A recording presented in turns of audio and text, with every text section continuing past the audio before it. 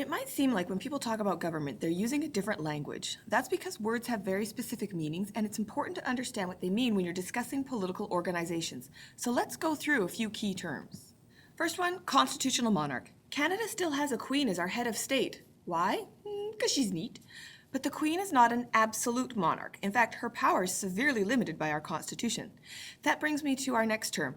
Canada has a written constitution, which spells out how our government works and includes things like the Charter of Rights and Freedoms. But we also have an unwritten constitution, which is based on British tradition. That states that we can have something that has the same power as a law, even though it's not written down. You've heard of common law marriage, right? Where the couple's actually not legally married, but they've been together so long, it's as if they're married without needing the marriage license. Well, this relates to that same idea. On paper, the Queen has the ability through the Governor General to shut down Parliament, but tradition or the unwritten constitution says she doesn't do that. Well, at least without the consent of the government, she doesn't.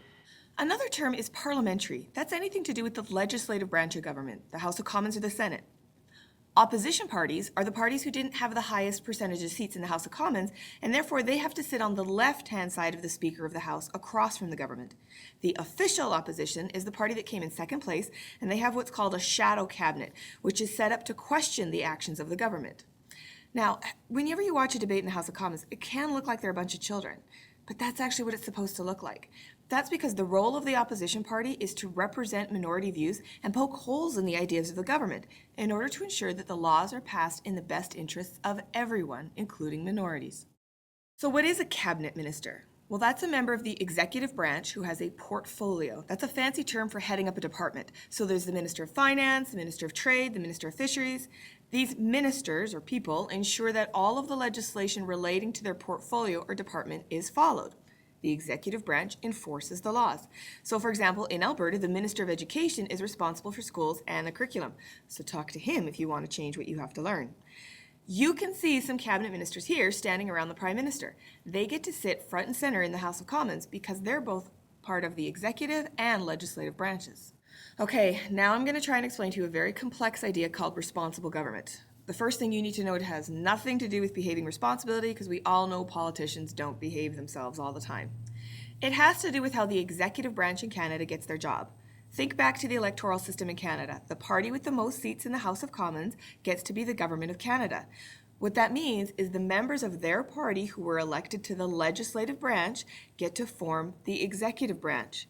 See this diagram of the branches of government? See how the executive box overlaps the legislative box? That's because the party gets to pick the leader who will become the Prime Minister, and the Prime Minister gets to pick his cabinet, and that's the executive branch. This totally goes against the ideas of Montesquieu regarding the separation of powers, because now the executive and legislative branches are interconnected. So, to ensure the executive branch doesn't abuse their power, they must respond to the wishes of the legislative branch, hence the term responsible government. If the House of Commons does not support what the government is doing, they can call a vote of non-confidence, which forces the executive branch to step down. That usually results in an election. The goal here is that the people are represented by the members of the House of Commons, or MPs.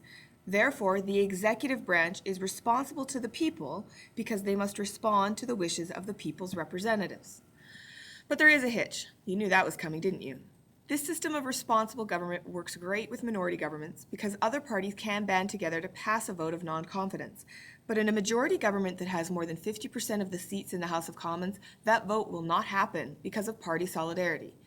In Canada, we vote more for the party than the local candidate, and we expect that party to live up to their campaign promises. In order to ensure the government can pass their laws and remain in power, they expect their MPs to always vote with the party, even if the constituents of that MP don't support the legislation. Now, that's not to say MPs can't voice the opinion of their constituents. There's something called a caucus meeting. Go ahead, get the giggles out, it's not a dirty word. MPs can argue and disagree with their party because all the discussions in a caucus meeting are kept secret. But once the party votes on what the party's going to do next, the MP must publicly support the party. It's like being on a team. You don't diss the other team members in public.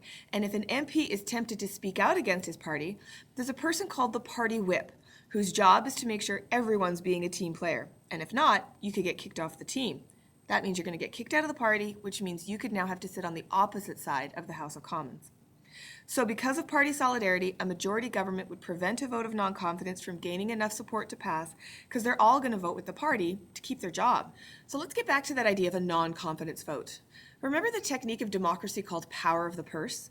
Well, if the government can't get their budget passed in the House of Commons, that automatically becomes a vote of non-confidence. Because if the government can't get the support for how they want to spend the people's money, they no longer have the right to control the purse, and therefore an election must be called. Again, would never happen in a majority government because of party solidarity. A bicameral legislature is the last thing we need to talk about today. Bicameral means two chambers, both in Canada and the United States. That's the Senate, the second house in the legislature. Both Canada and the United States have members that are based on region. That's because in both countries there's pockets of high population like New York City or LA or Toronto. So this second chamber would allow the less populated regions more of a voice. But that's where the similarities end. In the United States, the Senate is really a second chamber that works very similar to the House of Representatives. There's 2 members of the Senate for every state, and they have to go up for election every 6 years. In Canada, the Senate is organized to be the sober second thought. No, this doesn't mean they can't drink. It means that when we organized our country in 1867, we really didn't trust democracy. Remember, it's called the House of Commons for a reason, the commoners. So we wanted a second chamber that would be filled with educated, mature people who would look over legislation and make sure the law is actually a good idea. So the Prime Minister would appoint someone over the age of 30, which is fairly old. Then they had to own at least $4,000 worth of property, which was a good amount back then. And they could hold on to the job until they were 75, so that way there could be a long-term perspective. Each region would have 24 members, but the regions aren't based on provinces. There's Western Canada that gets 24, Eastern Canada that gets 24, plus a few extra, and Quebec and Ontario each get 24. So way back in the 80s, a political party called the Reform Party was created in Alberta, and one of their key platforms was the argument that our Senate should be more similar to the US system. They called it the Triple E Senate. First E, elected.